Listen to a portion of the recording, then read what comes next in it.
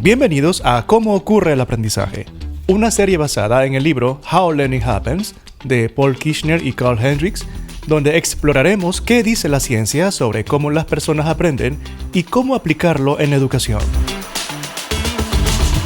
Hoy exploraremos una idea esencial para la educación efectiva, una idea que a la vez es muy sencilla. Lo que sabes determina lo que puedes llegar a aprender. Esta idea proviene del psicólogo británico Frederick Bartlett, quien en 1932 propuso la teoría de los esquemas, la cual cambió nuestra manera de entender en ese tiempo la memoria. Su libro se llama Remembering: A Study in Experimental and Social Psychology, publicado por Cambridge University Press. A principios del siglo XX, los investigadores creían que la memoria era como un almacén, un lugar donde guardamos recuerdos intactos, esperando poder encontrarlos tal como los dejamos. Pero Bartlett exploró la idea de que la memoria no era un depósito estático, sino un proceso dinámico. Decía que los recuerdos no se conservan como fotografías, sino como reconstrucciones, que hacemos una y otra vez. Para examinar esta idea, realizó un experimento muy interesante. Pidió a varios estudiantes ingleses que leyeran una antigua leyenda de los pueblos originarios norteamericanos. Pasado un tiempo, les pidió que recordaran la historia. Y lo curioso fue que con cada intento de recuerdo, la historia cambiaba un poco. Las palabras desconocidas se reemplazaban por otras más familiares. Por ejemplo, canoa se convertía en barco, cazar focas en pescar. Y los nombres indígenas como Egulag simplemente desaparecían. Bartlett comprendió que las personas no recordaban la historia como era, sino según el sentido que tenía para ellas. En otras palabras, la mente reorganizaba la información para ajustarla a sus propias experiencias y cultura. De esta observación nació el concepto de esquema. Un esquema es una estructura mental que organiza y da sentido a lo que sabemos. Es una especie de mapa cognitivo hecho de nuestras experiencias y conocimientos pasados que usamos para interpretar el presente. Por ejemplo, si yo le digo restaurante, usted no necesitará que le expliquen lo que es.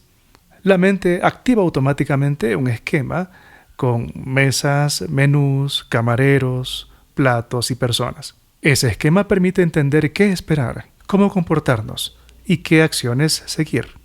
Décadas más tarde, otros psicólogos como Roger Schank y Robert Abelson desarrollarían esta idea y hablarían de los guiones o scripts. Estos son esquemas que incluyen secuencias de eventos esperados, como entrar al restaurante, sentarse, ordenar, comer, pagar y salir.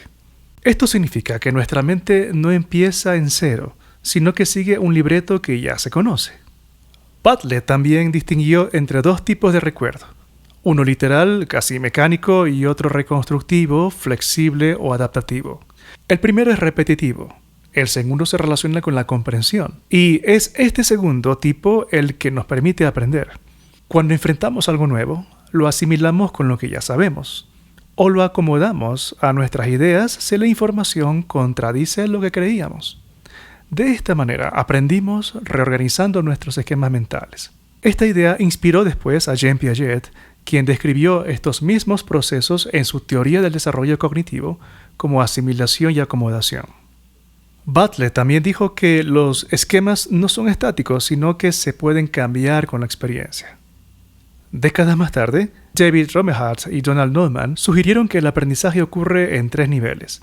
Primero, la acumulación, cuando incorporamos nueva información a un esquema ya existente. Segundo, el ajuste, cuando modificamos ese esquema que ya tenemos porque algo no encaja. Y tercero, la reestructuración, cuando creamos un esquema completamente nuevo. Así funciona el aprendizaje. A veces añadimos piezas y otras veces remodelamos todo el edificio. ¿Qué significa esto para la enseñanza? Significa que el conocimiento previo es el punto de partida del aprendizaje. Por eso, antes de enseñar algo nuevo, debemos preguntarnos: ¿qué saben ya nuestros estudiantes de lo que les vamos a enseñar? ¿Qué conceptos manejan? ¿Qué ideas erróneas tienen? ¿Cómo organizan su comprensión del mundo? Si enseñamos historia, por ejemplo, puede ser complejo para los estudiantes comprender el mestizaje relacionado con la conquista española de América, sin que antes primero tengan una idea clara de quiénes eran los pueblos originarios, cómo vivían o cómo era su cosmovisión del mundo. Sin esos esquemas, la nueva información no tiene dónde anclarse. Es interesante que Bartlett usó el verbo remembering, o recordar, en lugar del sustantivo memory o memoria. Esto es importante, puesto que recordar no es una cosa, sino una acción, un proceso mental, social, emocional y contextual. Quien tiene esquemas bien desarrollados puede comprender con mayor profundidad, anticipar, razonar y crear. Un músico experimentado no solo recuerda notas, sino que comprende estructuras de armonía o de una melodía. Un ajedrecista no solo ve piezas, sino que percibe los patrones y los movimientos. Y un buen estudiante no adquiere una fotografía de la información, sino que recuerda lo que sabe para aprender más y resolver problemas más complejos. Frederick Bartlett nos dejó una pieza teórica esencial para la educación. Aprender es reorganizar y ampliar nuestros esquemas, y la enseñanza puede ser más efectiva cuando facilita ese proceso. De esta manera, los esquemas de la memoria a largo plazo moldean cómo entendemos todo lo que nos rodea y son la base de los conocimientos más complejos. Entonces, cuando planifique una clase, empiece evocando lo que los estudiantes ya saben. Es el conocimiento previo la clave para que el nuevo aprendizaje ocurra. Por lo tanto, nuestros estudiantes que tienen más conocimientos aprenden mucho más rápido. Aprenden a resolver cosas más complejas.